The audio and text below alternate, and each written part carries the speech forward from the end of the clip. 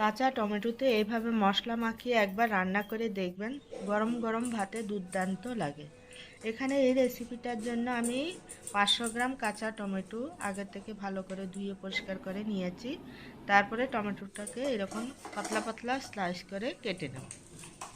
তারপরে স্লাইস করা টমেটোর মধ্যে দিয়ে দেব 1 চামচ হলুদ গুঁড়ো, 1 চামচ লঙ্কার গুঁড়ো, আর দিয়ে দেব 1 চামচ জিরের গুঁড়ো। এখানে আমি 500 গ্রাম টমেটোর হিসাব মতো মশলা নিয়েছি, আপনারা টমেটোর আন্দাজ মতো মশলা দেবেন। এবারে টমেটোর মধ্যে মশলাটাকে ভালো করে মাখিয়ে 10 মিনিট রেখে দেব, যেন টমেটোর গায়ে মশলাটা ঢোকে। একটা মিক্সির জারের মধ্যে 2 চামচ সাদা সর্ষে, 2 চামচ পোস্ত, আর নিয়ে নেব 1 চামচ সর্ষে, কালো সর্ষে, 2টো কাঁচা লঙ্কা, অল্প একটু লবণ দিয়ে শুকনো পেস্ট করে তারপরে জল দিয়ে একটা স্মুথ পেস্ট করে নেব। কড়াইতে সর্ষের তেল দিয়ে তেল গরম হলে 2টো কাঁচা লঙ্কা আর 1/2 চামচ কালো জিরে দিয়ে ফোড়নটাকে ভেজে নেব। তো ফোড়নটা ভাজা হয়ে গেলে এবার মশলা মাখানো টমেটোটা দিয়ে দেব। টমেটোটাকে দিয়ে নেড়ে চেড়ে মশলার সঙ্গে ফোড়নের সঙ্গে কিছুক্ষণ কষিয়ে নেব। কষিয়ে নিয়ে এবারে দিয়ে দেব পরিমাণ মতো লবণ। লবণ দিয়ে আবারও কিছুক্ষণ কষিয়ে নেব।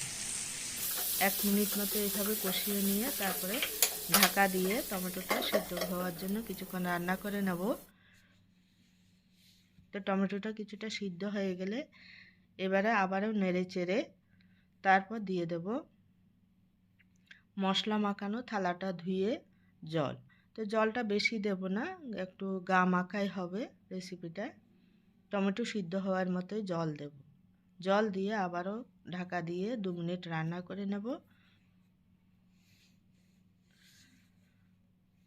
তো টমেটোটা মোটামুটি সিদ্ধ হয়ে গেছে, এবারে দিয়ে দেব সরষে পোস্তর পেস্টটাকে দিয়ে সব কিছুর সঙ্গে আবারও মিশিয়ে নেব। মিশিয়ে 2 মিনিট রান্না করে তারপরে দিয়ে দেব,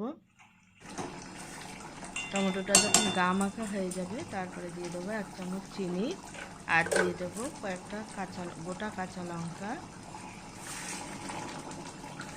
সব কিছু মিশিয়ে এবার উপর থেকে সবশেষে দিয়ে দেবো কাঁচা সর্ষের তেল।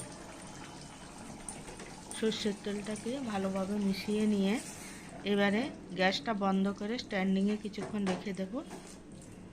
তারপরে এবারে একটা প্লেটের মধ্যে সার্ভ করে নেব। তো বন্ধুরা, এই শীতের সিজন থাকতে থাকতে এইভাবে কাঁচা টমেটো দিয়ে নিরামিষ এই রেসিপিটা বানিয়ে কেমন হয়েছে অবশ্যই কমেন্ট করে জানাবেন। আর ভালো লাগলে চ্যানেলটাকে অবশ্যই সাবস্ক্রাইব করবেন, লাইক করবেন, কমেন্ট করবেন, আর বন্ধুদের সঙ্গে অবশ্যই শেয়ার করবেন। আজ তবে এই পর্যন্ত।